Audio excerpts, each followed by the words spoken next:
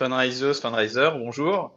Je suis ravi de vous retrouver pour ce nouveau live LinkedIn qui vise, comme chaque mois, à obtenir le retour d'expérience, le partage de bonnes pratiques par des experts de la collecte. Et aujourd'hui, on n'a pas un, mais deux intervenants en la présence de Lisa Leonardo, qui est responsable d'événements chez Obol, et Bonjour Alexandre. de Rémi Chevret, qui est responsable projet et mécénat à l'ICAM, École d'ingénieurs. Bonjour Alexandre, bonjour Lisa, bonjour à tous. Alors pour rappel, donc il y a un live LinkedIn qui est organisé par GiveExpert chaque premier mardi du mois. GiveExpert, c'est donc un module de collecte de dons en ligne qui accompagne les fundraisers et fundraiseuses dans l'organisation et le développement de leurs ressources via la collecte digitale. GiveExpert fait partie du groupe Eudonet depuis 2022 et depuis 2015, c'est plus de 266 millions d'euros qui ont été collectés. Et on remercie chaudement les plus de 200 organisations qui utilisent l'outil au quotidien pour leur collecte en ligne et qui nous font confiance. Je vais donc passer sans plus tarder la parole à Lisa. Je fais juste un petit rappel qui est que vous avez sur la colonne de droite, si vous êtes en train de nous regarder en live sur LinkedIn, la possibilité de laisser des commentaires. N'hésitez pas à poser vos questions. L'ensemble de ces questions seront reprises pour pouvoir y répondre à la fin de la présentation avec nos deux intervenants. Merci beaucoup et puis très bon live à toutes et tous. Merci Alexandre. Donc moi je suis Lisa Leonardo, je représente la start-up Obol, qui est une start-up de 27 collabs basée à Nantes et à Paris et dont la principale mission c'est d'accompagner les associations dans leur collecte de dons. On existe depuis 6 ans et nous avons levé plus de 52 millions d'euros depuis ces 6 dernières années. Et pour y parvenir, nous avons 4 métiers principaux. Le conseil, tout d'abord, qui est fait aux associations pour les structurer dans leur stratégie de collecte. Nous avons la BU événementielle que je représente aujourd'hui pour rendre visibles toutes les actions des structures associatives et donc lever des dons partout en France. Nous avons notre entité Green, qui est une équipe de développeurs web et applications dans le but d'accélérer la digitalisation des associations. Et enfin, Obol Lab, qui est un incubateur qui crée des projets à fort impact social. Depuis 6 ans, nous avons lancé la Nuit du bien commun, qui est un peu l'étendard d'Obol, cet événement qui a essaimé un peu partout en France et en Europe, puisqu'on compte aujourd'hui une quinzaine de Nuits du bien commun. Et la Maison du bien commun, qui a ouvert en septembre dernier et qui héberge une dizaine de structures associatives et qui propose une programmation de conférences toute l'année. Et notre petit dernier, c'est Obol Academy. C'est une plateforme de formation disponible sur Internet.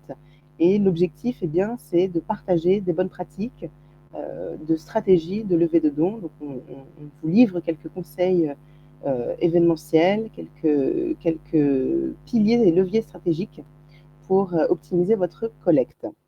Alors, si on est réunis ce matin, c'est pour évoquer l'événementiel, comment on se lance dans l'aventure d'un événement de levée de dons. Et il y a 5 choses à avoir en tête lorsque vous vous lancez dans cette aventure. Tout d'abord, définir la mécanique de levée de dons, qu'elle soit claire, simple et efficace. Et pour cela, Obol a mis en place ce concept d'enchère inversée. Alors, pour être tout à fait clair, quelles sont les règles du jeu ? Le donateur, à l'arrivée de votre événement, se voit remettre un panneau portant un numéro unique, donc le même principe qu'une salle de vente. Et le but du jeu, c'est qu'à chaque projet qui sont présentés, un animateur ou un commissaire-priseur vient sur scène et appelle la salle à la générosité, et ce, à 4 paliers. Une première fois à 5 000 euros, une deuxième fois à 1 000 euros, une troisième fois à 500 et une dernière salve à 100 euros. Et le but du jeu, c'est que le donateur lève son panneau au palier qu'il souhaite. Et pour créer cette émulation et cette dynamique, eh bien, nous avons une jauge qui vient s'incrémenter au fur et à mesure, un compteur de dons, et c'est ce qui va créer l'émulation dans la salle. Une fois que vous êtes au clair sur cette mécanique, deuxième enjeu, c'est un enjeu de mobilisation. Le but ici, eh bien, c'est de réunir un pool de donateurs, idéalement vos fidèles parce qu'ils sont déjà acquis à la cause, et ce pool de mécènes, de donateurs, va être la cheville ouvrière de votre événement. Alors, on appelle ça un comité de soutien, mais vous pouvez donner le nom que vous souhaitez. En tout cas, leur rôle est triple. Ils sont d'abord ambassadeurs, donc ils vont faire rayonner votre association. Ils ont ensuite un rôle de donateur. L'enjeu, c'est que collectivement, ce groupe eh bien, réunisse en amont de la soirée 30% de votre objectif de collecte, tout simplement pour amorcer la levée de dons lors de la soirée. Donc, on a déjà scénarisé, si vous voulez, en amont, 30% de la collecte. Et le troisième rôle du comité de soutien, c'est bien entendu de relayer l'événement pour remplir la salle. Et vous, à votre niveau aussi, vous avez un enjeu de mobilisation de votre réseau, au-delà de ce pool de mécènes. Le but du jeu, eh bien, c'est de faire rayonner et donc d'inviter massivement, puisque remplir la salle est une des conditions pour que l'événement soit un succès. Troisième pilier lorsque vous vous lancez dans l'aventure de la création d'un événement de collecte, c'est le pitch. Le pitch, en fait, c'est les projets que vous allez présenter entre 6 et 10. Et ces projets, eh bien, ils se travaillent, ce pitch se travaille. Alors, j'appelle ça pitch volontairement, puisqu'il s'agit de très courtes présentations, 3 minutes, 4 minutes maximum. Elles sont courtes volontairement pour dire l'essentiel, comprendre immédiatement l'impact de votre projet et surtout aller accrocher le donateur et chercher l'émotion dans ce pitch. Le projet doit avoir un fort impact, c'est-à-dire que je dois comprendre en tant que donateur, je ne vous connais pas, je dois comprendre quel est l'impact de votre projet, combien de bénéficiaires vous allez toucher. Le projet doit être extrêmement concret. Si je vous confie 100 €, je dois savoir à quoi vont être utilisés ces 100 €, comment vous allez les dépenser, donc avec des équivalences de dons. Et enfin, immédiat, c'est-à-dire qu'on est sur plutôt du court terme, 6 à 12 mois de la réalisation de votre projet. Et bien entendu, au bout de 9 mois, 12 mois, il est important de rendre compte à vos donateurs de l'argent qui a été confié, ce que vous en avez fait, où vous en êtes dans le projet. Quatrième point, c'est l'événement, le jour J. Obol met en place un standard, je dirais, de levée de dons, mais le but, c'est de colorer cet événement pour qu'il vous ressemble. L'idée n'est pas de dupliquer des nuits du bien commun, ça c'est mes équipes qui le font. En revanche, c'est de créer votre propre événement et qu'il s'inscrive dans la durée. Et les choses sont bien faites, puisqu'aujourd'hui on a la possibilité d'également faire rayonner encore plus loin que la salle que vous avez rassemblée, puisqu'on peut sortir l'image de votre lieu d'événement et le mettre sur des plateformes de stream type YouTube pour faire rayonner davantage vos actions. Le dernier point, eh bien, c'est la transformation des dons post-événement. Donc, la transformation, elle dure, je dirais, entre 2 à 3 mois pour les plus récalcitrants. Cette transformation de dons, elle consiste tout d'abord à remercier, bien entendu, vos donateurs.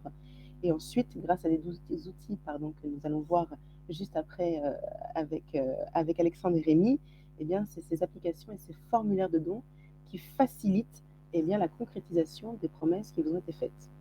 Donc, bien avoir en tête vos principaux enjeux lorsque vous vous lancez dans l'aventure. On va chercher à fidéliser vos donateurs, aller acquérir des primo-donateurs et cette notion aussi de fédérer les équipes autour de ce projet commun et de créer des cycles relationnels avec vos fidèles donateurs et vos prospects, vos nouveaux donateurs. Je vous livre ici quelques statistiques avec nos 6 ans d'expérience de recul de levée de dons. On remarque entre 30 et 50% de primo-donateurs vont être acquis au cours d'une soirée de levée de dons. Deuxième statistique à vous partager, je vous parlais juste avant du nombre de projets que l'on présente, entre 6 et 10 idéalement. On se rend compte qu'en fait, le donateur donne à plusieurs projets, 2 à 3 projets au cours de la soirée. 46%, c'est en fait le nombre de donateurs qui dépassent le budget qu'ils avaient initialement prévu avant de rentrer dans la salle de l'événement. Donc, l'ambiance, le rythme, le contenu et l'émotion qui sont dans cette salle vont participer à faire craquer, si je puis dire, les donateurs, et donc ils vont dépasser le budget initial prévu. Et enfin, lorsqu'on interroge les participants, 93% sont prêts à revenir avec 3 connaissances en année 2. Donc voilà, ici, c'est quelques statistiques de levée de dons.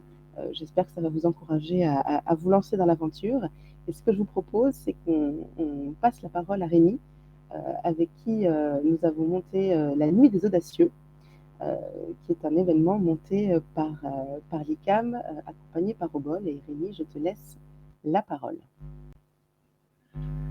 Merci Lisa pour cette passation et introduction. Alors, je vais en quelques mots remettre l'ICAM dans son contexte. Certains d'entre vous peut-être connaissent notre établissement, et pour d'autres, je précise que l'ICAM est un établissement d'enseignement supérieur d'intérêt général, dont la mission essentielle est de former des ingénieurs, pas en formation initiale ou en formation par apprentissage. L'ICAM est doté de 7 campus en France et 6 à l'international. Et c'est un développement finalement assez récent dans l'histoire, étant donné que le premier campus a été créé à Lille fin du 19e siècle. Donc ça nous plonge plus d'une centaine d'années en arrière, et ce développement se construit finalement patiemment, certes, mais avec un modèle qui se répète dans le temps. Étant donné que nous sommes un établissement à caractère privé, nos ressources elles-mêmes émanent principalement des frais de scolarité, en grande partie, mais également des entreprises, dont l'ICAM est historiquement proche et qui ont été à l'origine de la fondation de l'école.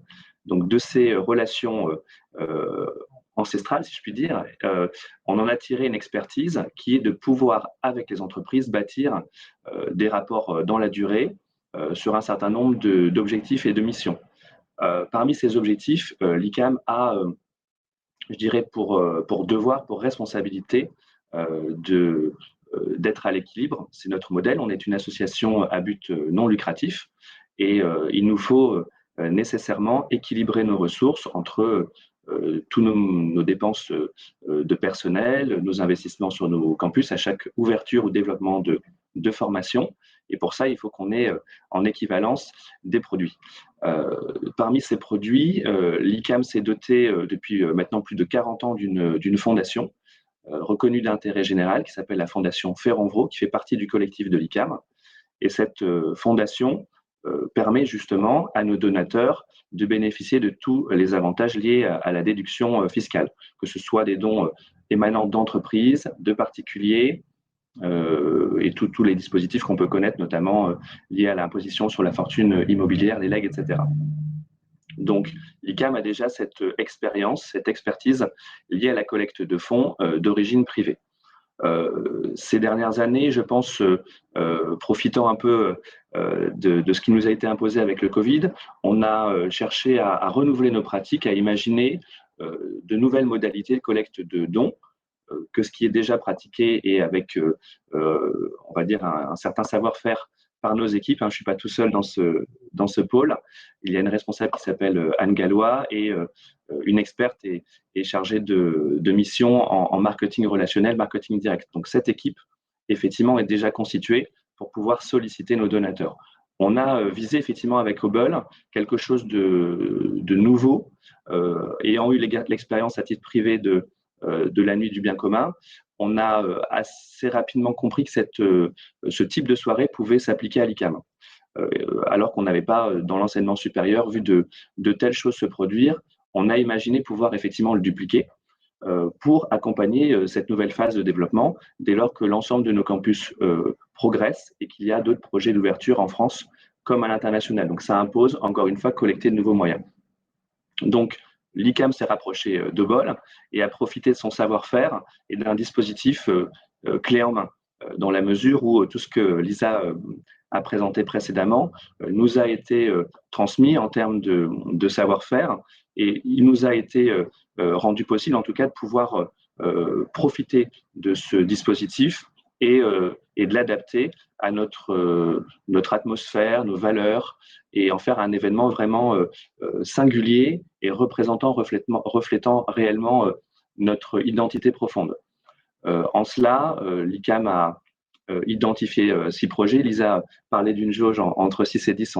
On a statué, nous, sur 6 projets qui pouvaient être justement révélateurs de nos enjeux, de nos besoins prioritaires, pour pouvoir les soumettre à la générosité du public. Et ce public, il est composé de notre communauté.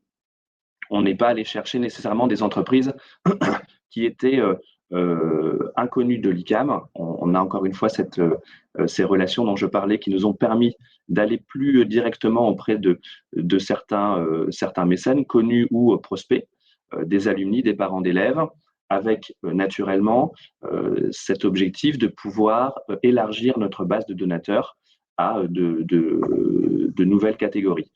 Et comme ça a été dit aussi, c'était une magnifique opportunité de remercier tous nos donateurs habituels au travers de cette soirée, parce que c'est un événement, j'allais dire, comme d'autres, même s'il a une mécanique très bien rodée, encore une fois, avec tout ce qui est déployé par les équipes de Bol qui nous ont accompagnés pas à pas depuis cette constitution du comité de soutien qui a été évoquée, jusqu'aux étapes d'emailing, de mise en œuvre, le coaching notamment des pitchers, ceux qui ont été sur scène à l'avant-garde des projets qui ont été présentés. On a bénéficié à chaque étape de l'accompagnement de Bol. Je poursuis.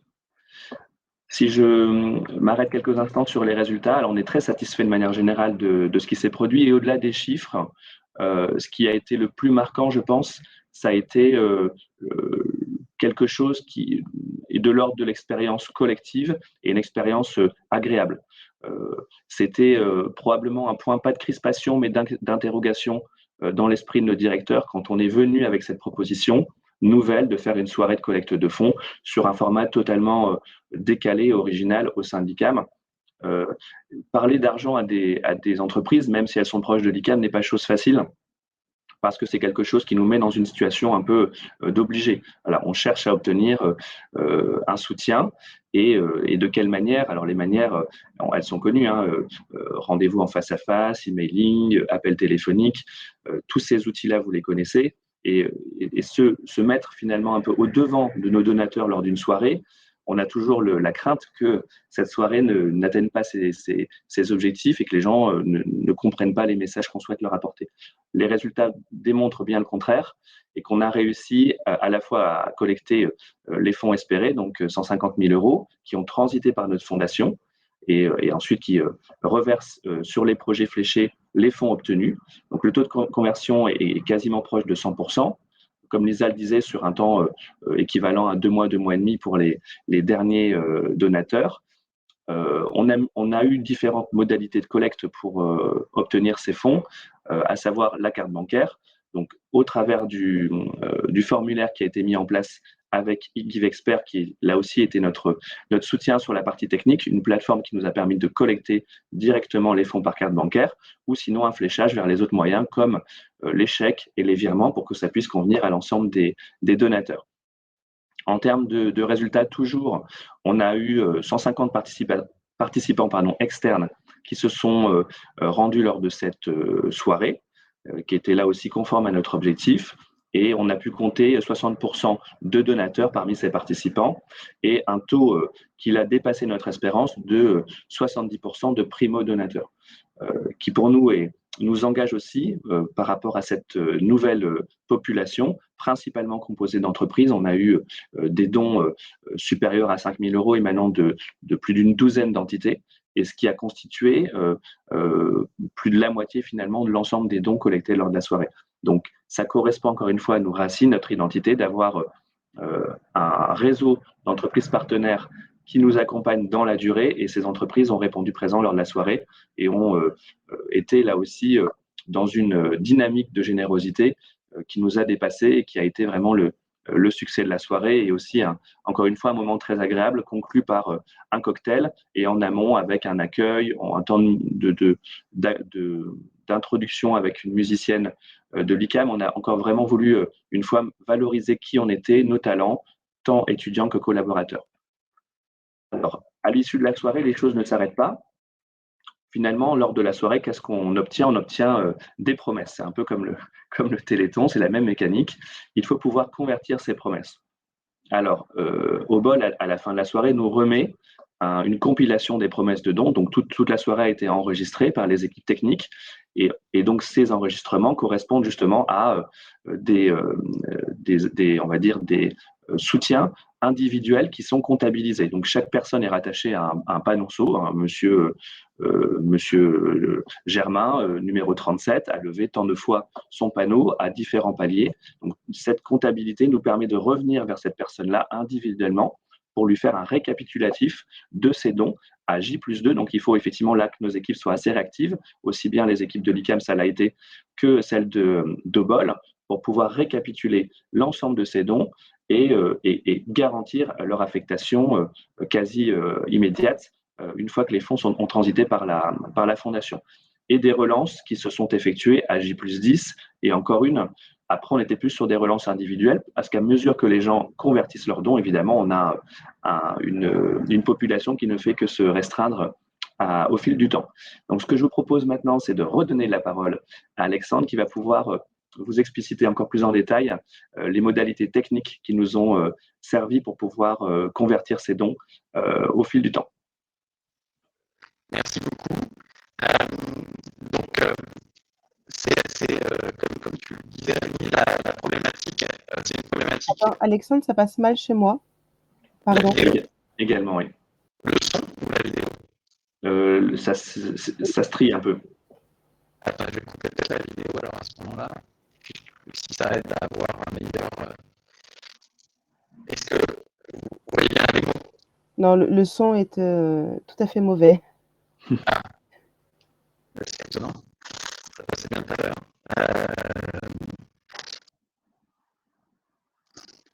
Est-ce que c'est mieux comme ça? Non, pas de mon côté en tout cas. Alors, attendez. Là, vous m'entendez? Oui. Oui, beaucoup mieux. Okay.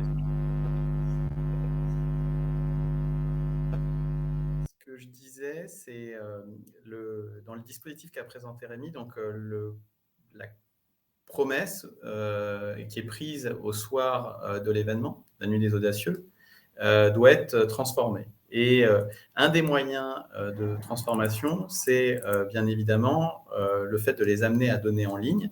Et donc, Obol a construit avec l'ICAM des emailing. Donc voilà un exemple d'email qu'on reçoit qui reprennent en fait la liste des 6 projets qui ont été évoqués, ainsi que les engagements qui ont été pris par, en l'occurrence, la donatrice dans ce cas-là, avec un résumé donc du montant qui reste à transformer, donc du montant qui reste à donner.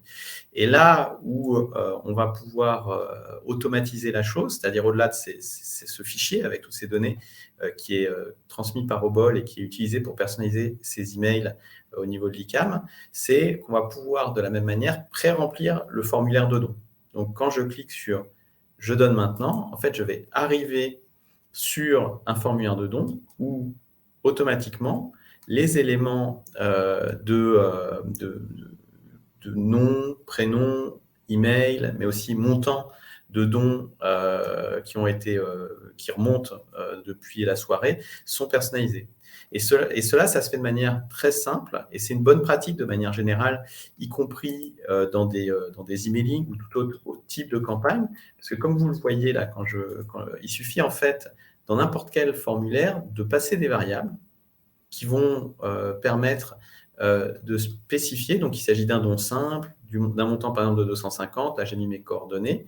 Et en fait, à partir de ce moment-là, quand le donateur ou le prospect va accéder à la page, en fait, ces éléments vont être pris vont être pré-remplis sur le formulaire et on va avoir un meilleur taux de transformation de cette manière-là. Et puis, ça permet aussi de passer éventuellement des variables comme un identifiant unique ou un code média, donc, voire même des UTM, donc des variables qui sont cachées.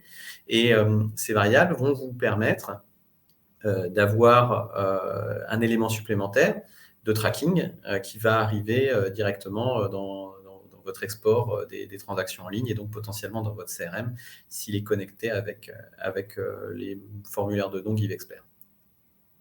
Voilà comment techniquement ça fonctionne, sachant que on peut boucler complètement cette info derrière, ce qu'expliquait Rémi, pour faire des relances en ayant à chaque fois un lien comme ça qui va, par exemple, permettre de passer une information, savoir est-ce que c'est le premier email, est-ce que c'est le deuxième email, et c'est dans ce cadre-là, typiquement, que ces variables aussi du TM ou autre peuvent avoir du sens pour pouvoir savoir combien de relances ou au bout de combienième email la personne a donné.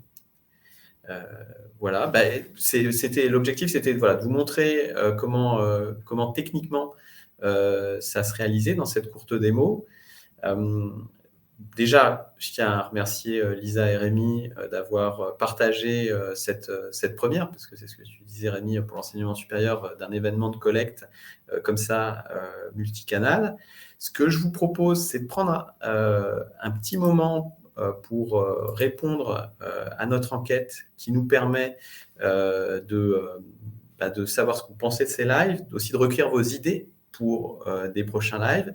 Et pendant ces 2 minutes qu'on vous laisse pour répondre au questionnaire, on va prendre connaissance des différentes questions que vous avez pu poser dans le chat et les poser à nos intervenants pour pouvoir apporter toutes les précisions qui se doivent et vous aider à vous inspirer et à tester vous aussi un événement de collecte de ce type-là dans les prochains mois.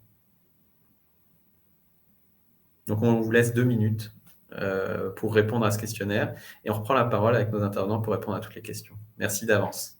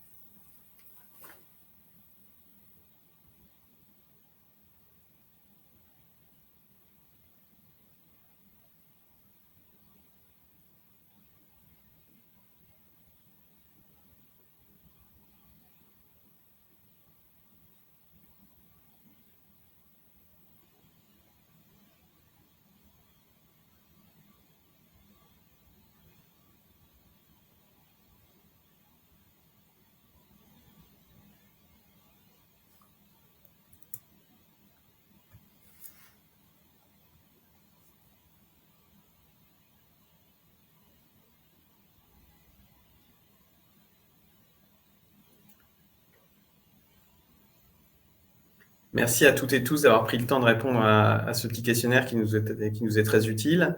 Et ben pour aller plus loin dans cette discussion autour de l'organisation d'un événement de collecte et puis de la concrétisation des dons, je propose à notre grande organisatrice et régisseuse de ces événements live, Ophélie, de nous rejoindre pour pouvoir interroger et partager les questions qui ont été posées avec Lisa et Rémi et qu'on puisse avoir un moment d'échange entre nous tous.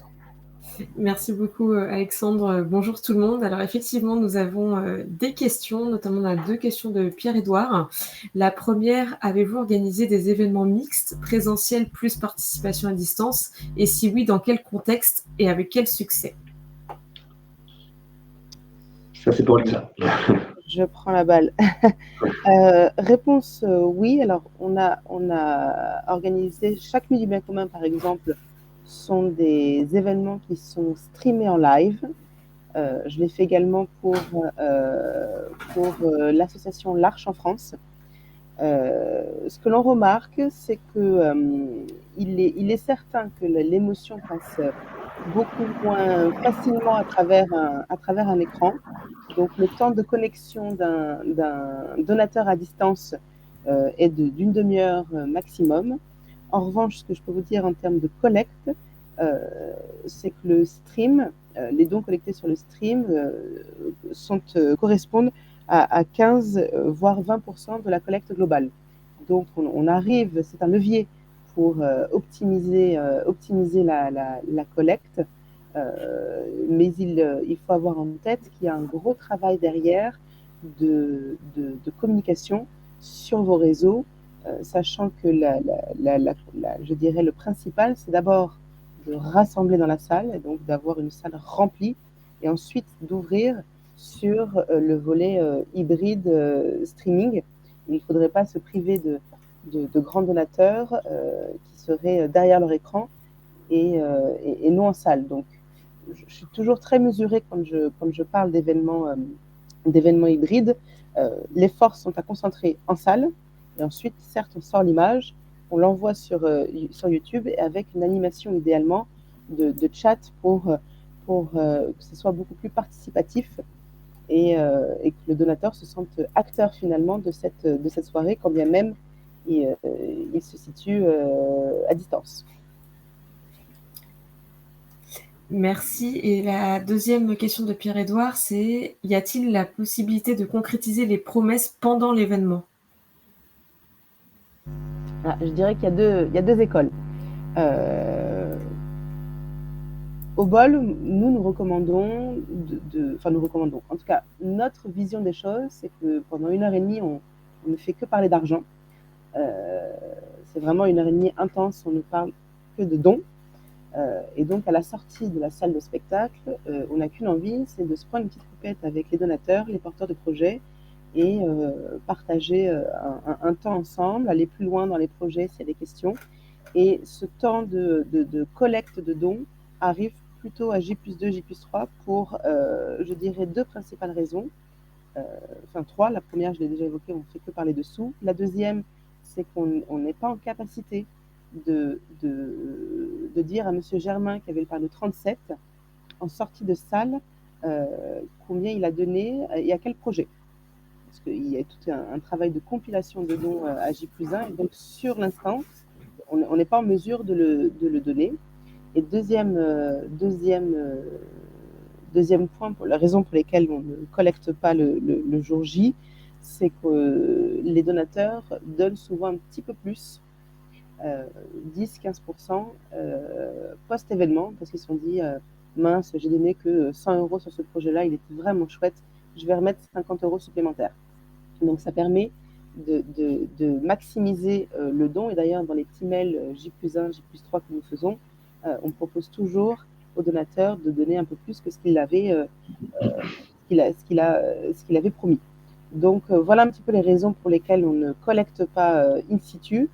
Néanmoins, on peut tout à fait imaginer d'avoir une petite borne, un bureau de dons pour les donateurs qui le souhaiteraient, et surtout pour les associations qui ne sont pas, je dirais, équipées d'équipes de fundraising parce que c'est quand même un gros boulot, et Rémi, tu pourras en témoigner avec tes équipes.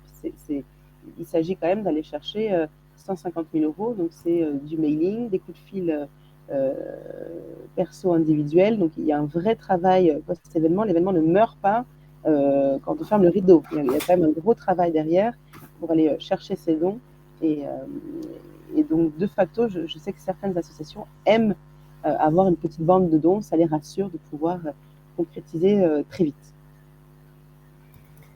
Merci beaucoup, Lisa. Oui. Un éclairage à apporter par rapport à ce que vous avez pu vivre, vous à l'ICAM, sur cette concrétisation in situ. Alors, oui, Lisa, tu as déjà été assez exhaustive sur le sujet. Pour notre expérience personnelle, on n'a pas imaginé faire autrement que suivre nos donateurs, en tout cas ceux qui avaient fait des promesses après l'événement, pour obtenir la confirmation, la concrétisation par les différents leviers évoqués. Sur place, pour nous, ça n'aurait pas été, je pense, à la fois ni un franc succès, ça ne correspond pas non plus surtout à la cible. Pour rappel, 80% des dons qui ont été obtenus lors de la soirée provenaient des entreprises. Une entreprise, alors c'est pas qu'un dirigeant ne peut pas avoir sa carte bancaire d'entreprise sur lui lors de la soirée, mais c'est quand même pas la pratique. Et ces dons-là, surtout, passent par des process, il faut l'avoir à l'esprit. C'est en ça que ça diffère quand même de la collecte plutôt d'individus, de personnes physiques, dans la mesure où on a affaire à des tiers au sein de l'entreprise qui vont être des responsables financiers, comptables, des filiales dédiées à cette partie-là dans des grandes institutions. Donc, ça transite de personne en personne, même si l'engagement est pris par la personne du dirigeant et qui engage d'ailleurs souvent son conseil d'administration. C'est assez rare qu'un dirigeant seul décide de faire un don de 5 000, 10 000, 15 000 € sans en référer à son comité exécutif. Donc, ce qui, là aussi, rappelle l'importance de se mettre d'accord avant la soirée sur le niveau d'engagement que l'entrepreneur, dans cet exemple, est prêt à prendre, pour qu'à la suite, il n'y ait pas une découverte au sein de son entreprise sur les modalités, ou sur le fait qu'il n'ait pas nécessairement envisagé ça sous cette forme. Donc, pour nous, c'est un travail un peu différent qui passe surtout par l'amont, et la confirmation est après correspond. Merci à tous les deux. Pierre-Edouard, vous remercie également pour vos réponses qui sont très claires. Nous avons également Jessica qui a 2 questions. La première, je pense que c'est plus à destination d'Alexandre. Est-ce que vos formulaires peuvent se connecter avec le CRM Salesforce ? Oui, la réponse est oui. En fait, GiveExpert sont des formulaires ouverts, c'est-à-dire qu'on a une API, et il existe en effet un connecteur, ce qu'on appelle un Manage Package chez Salesforce, qui permet de lire notre API et d'automatiser le fait que les dons qui sont réalisés sur les formulaires viennent s'intégrer, dons ponctuels et dons réguliers, dans Salesforce Non-Profit Success Pack, qui est la déclinaison de Salesforce à destination des associations et fondations. Et la deuxième question de Jessica, c'est: doit-on informer de l'avancée du projet pour convaincre les récalcitrants ? Alors, a priori, on est sur du maximum 3 mois. Les stats que vous a partagé Rémi, 90% de concrétisés, cela s'est fait en 2 mois et demi, puisque l'événement a eu lieu le 16 septembre de mémoire, Rémi, et ils ont finalisé, les équipes de Rémi ont finalisé de transformer tout début décembre. Donc, a priori, je dirais le projet n'a pas trop évolué en ces 2-3 mois. Si vous voulez, je pense qu'au-delà de ces 6 mois, c'est ce que nous on se laisse en tout cas quand on va récupérer les dons sur les nuits du bien commun, il faut considérer que ces dons ne seront pas acquis, qui restent à l'état de promesse, parce qu'il y a eu un désengagement de votre donateur, d'où l'intérêt de battre le fer tant qu'il est encore chaud. Donc, c'est dans je dirais, le money time de ces 10 jours post-événement. C'est vraiment dans ce laps de temps qu'il faut donner un vrai coup de collier et prendre son téléphone et appeler l'intégralité de vos donateurs qui n'auraient pas encore concrétisé leurs dons. Ça reste quand même tout à fait rare et on a toujours cet espoir de concrétiser à minima 95% et le 98% des équipes de Rémi est tout à fait louable et bravo encore à tes équipes. Donc voilà, Jessica, pour vous répondre, j'ai pas le cas, je n'ai jamais eu le cas et si ce l'est, certainement une personne qui a soit fait un don parce qu'elle a été pris dans l'émulation de la salle, tout le monde lève son panneau et la personne a voulu lever son panneau sans engagement plus derrière. Voilà. Merci Lisa. Alors les questions vont de pair ce matin, puisque la suite c'est on a deux questions de Domiti. Alors la première c'est on va dire c'est un questionnement sur le savoir pitcher un projet en peu de temps pour motiver les gens à donner et savoir les émouvoir. C'est pas formulé sous forme de question, mais c'est un questionnement que Domiti a autour de cette problématique. Alors, nous, ce que nous proposons dans notre accompagnement, c'est de travailler à plusieurs reprises avec les porteurs de projets, les pitchers. On a une méthode de coaching des pitchers avec, je dirais, les 4 grands blocs. Comment je construis mon pitch. Premier bloc, j'accroche le donateur. Généralement, on témoigne d'un bout de vie. Pourquoi c'est moi qui suis ici ce soir devant vous pour vous pitcher ce projet. Le deuxième bloc, on va contextualiser quelle est la situation aujourd'hui. Le troisième, c'est la problématique, quelle est la problématique, quelle est la solution que vous allez proposer à cette problématique. Et le dernier, c'est combien j'ai besoin pour poursuivre mes actions. Et tout ça est tricoté de façon à ce que les donateurs comprennent très vite votre projet. Donc nous, on a des sessions d'entraînement à la fois en visio et en présentiel. Et le jour J, on a un filage tout l'après-midi pour être tout à fait aligné et fin prêt pour l'événement. Les pitchs, c'est 3 minutes 30 maximum, 4 si vraiment voilà, le projet, on a du mal à le faire contenir dans ces 4 minutes. Et on insiste beaucoup sur ces temps de silence qui sont indispensables pour à la fois que le message soit compris des donateurs et laisser aussi aux donateurs de faire monter l'émotion dans suite à votre discours. Donc on est vraiment main dans la main et on vous accompagne, on met les mains dans le projet avec vous et alors vous le rédigez parce que c'est quand même vous qui êtes sur scène, mais on a un regard et une relecture très active sur chacun des projets qui sont présentés. Merci Lisa. Et alors je pense qu'on ne pourra pas traiter l'intégralité de la deuxième remarque de Domiti, qui serait ravi d'avoir des informations, des exemples sur les bonnes pratiques, les incontournables pour l'organisation d'événements d'appel à dons ou de remerciements des donateurs. Là, je pense que c'est pareil, ça va être un accompagnement global de la part de Bol, mais aussi par rapport au remerciement des donateurs, des bonnes pratiques partagées par l'ICAM ou encore sur toutes les bonnes pratiques sur la collecte digitale pour lesquelles pourra témoigner Alexandre. Donc, c'est un sujet, on va dire, assez vaste. Mais est-ce que quelqu'un veut peut-être prendre 2 mots, sachant qu'il nous reste encore au moins une question à prendre derrière? Rémi, tu veux prendre la main ou je... Ouais. C'est bon, Rémi. Voilà. C'est bon, oui. Non, je peux te laisser commencer, Lisa, oui. Alors, en termes de, je dirais, les incontournables, c'est un peu ceux que j'ai cités au démarrage. Il y a 2 enjeux principaux de mobilisation, c'est ce comité soutien. Donc, je me répète, et Rémi l'a dit également, il est vraiment la cheville ouvrière de votre événement. Sans eux, on n'y arrivera pas. Donc, ce comité soutien est essentiel.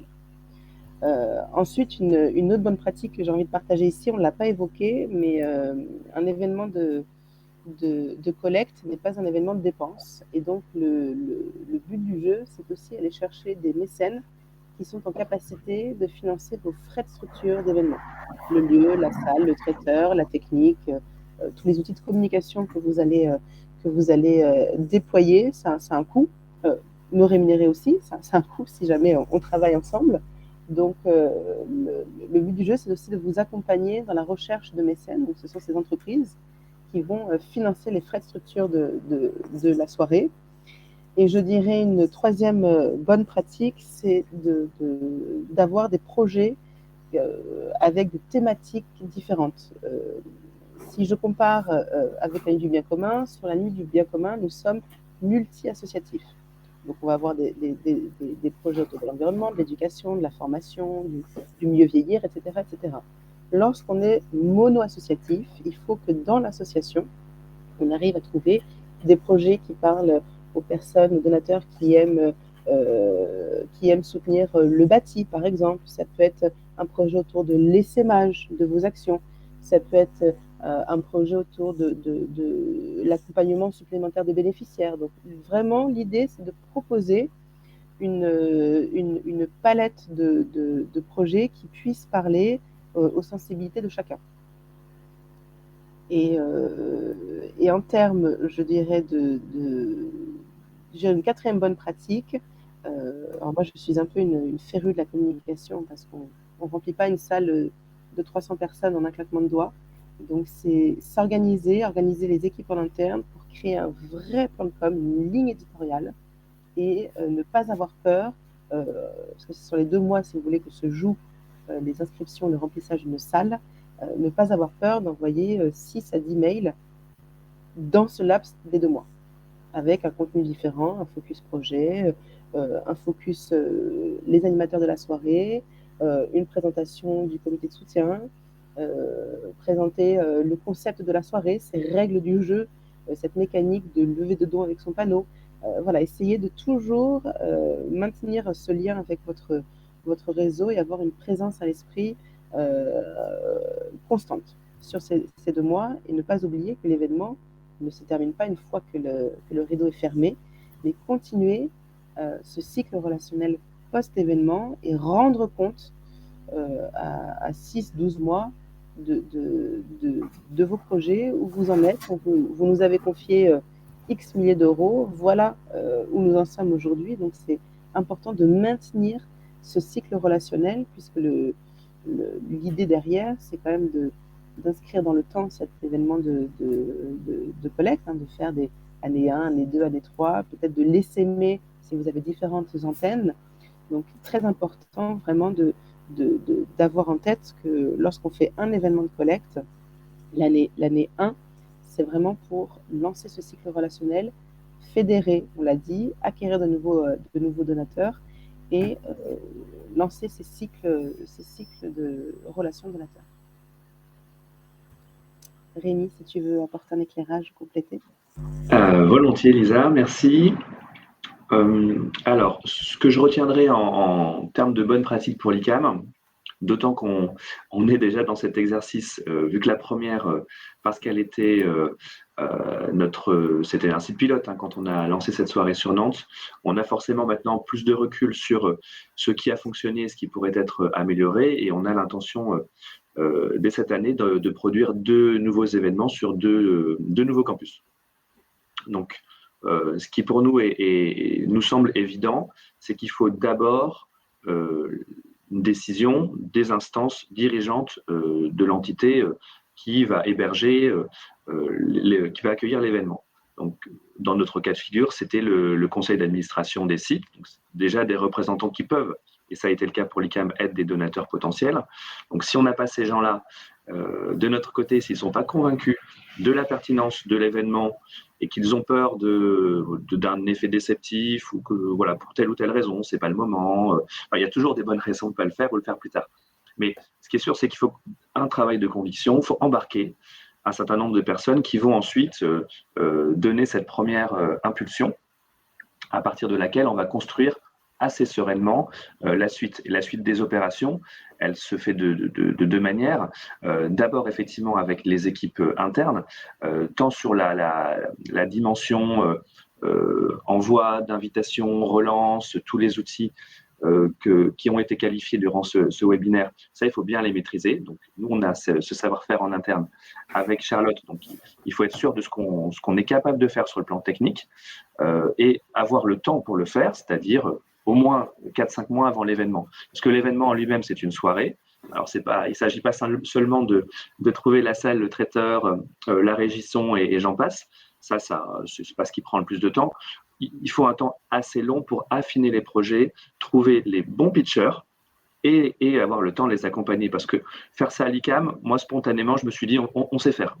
Nos étudiants savent pitcher, nos collaborateurs ont l'habitude de prise de parole en public, ils sont entraînés, on fait ça dans le temps de formation. Ça va être plutôt acquis. Et finalement, non. Parce que c'est un cadre qui transforme la relation qu'on a à notre public. On ne demande pas à des étudiants de promouvoir l'ICAM et de rapporter de l'argent pour un projet. Ça, ce n'est pas des choses qu'on fait de façon normale. Donc, et ce qui veut dire que chacun doit se dépasser, doit sortir de sa zone de confort, doit accepter une part d'audace. C'est pour ça qu'on a appelé ça la nuit des audacieux. On s'est tous mis un peu dans ce mouvement un peu de créer de la surprise, de créer de l'amusement. Et il faut que la partition soit quand même bien articulée. Et il ne faut pas décréter qu'en 3 mois, on va sortir un événement et obtenir une somme importante. Chaque étape clé nécessite, encore une fois, 3, 4, 5 mois pour être certain de ne pas se tromper, de pas, ou de mettre toute l'organisation en tension. Ce n'est pas le but. Vous doutez bien, et je pense que c'est le cas dans toutes les organisations, quand on arrive avec une proposition comme ça dérange. On va mettre ça dans l'agenda et ça va nécessiter que chacun puisse aussi s'y investir à minima. Donc, il faut bousculer un peu les habitudes, il faut créer un certain nombre de nouvelles relations. Et à partir de là, une fois que le train est lancé, il faut assumer, il faut aller au bout. Super, merci beaucoup pour tout le partage de ces bonnes pratiques. On a une question d'Irina qui demande comment concrétiser un don si le donateur ou le prospect part avant la fin de l'événement. Alors, on a eu ce cas de figure de façon minime. Et ceux qui m'avaient informé d'un temps de présence relativement bref, en fait, on s'est assuré qu'ils pourraient faire leur don, par exemple, sur le premier projet. Voilà, c'est un peu la logique first in, first out. Donc, on a dit, vous voulez faire un don. Alors, ça, c'est j'avais 2-3 cas comme ça, déjà pas beaucoup. Et ces 2-3 cas de figure, on s'était entendu sur le don qu'ils voulaient faire. Donc, soit ils avaient matériellement le temps, lever leur panneau après le premier projet, et après, ils ont dû suivre d'autres occupations. Ou sinon, vous avez la possibilité de transmettre votre panonceau à une personne qui va pour vous lever le panneau 1 fois, 2 fois, 3 fois. Enfin, il y a plusieurs possibilités de le faire, mais encore une fois, ce sont des cas de figure relativement marginaux. Ok, super. Et enfin, une question de Nicolas qui demande, du coup, qui était destiné Rémi, qui a pitché les porteurs de chaque projet, quel a été le rôle de la Fondation dans la démarche? Alors, ce qu'on a voulu, et je l'ai dit, peut-être vais-je me répéter, pour que ce type de soirée fonctionne, évidemment, il faut un bon prestataire. Vous avez compris, avec Obol, on ne prend pas de risque parce qu'ils maîtrisent ça intuitivement. Voilà, c'est vraiment quelque chose qu'ils ont réussi à créer, à développer et qui passe très bien, y compris devant, encore une fois, des publics de dirigeants. Ça, c'est une chose. Il faut que le projet soit incarné, et pour bien l'incarner, évidemment, il faut qu'on ait ce travail d'identification des personnes. Au départ, il n'y a pas de volontaire, j'entends. Quand on a défini les 6 projets, on n'a pas forcément au départ une correspondance immédiate, intuitive, pour dire c'est telle ou telle personne qui va être la plus à même de défendre le projet. Donc, il y a un peu ce travail, effectivement, de réflexion.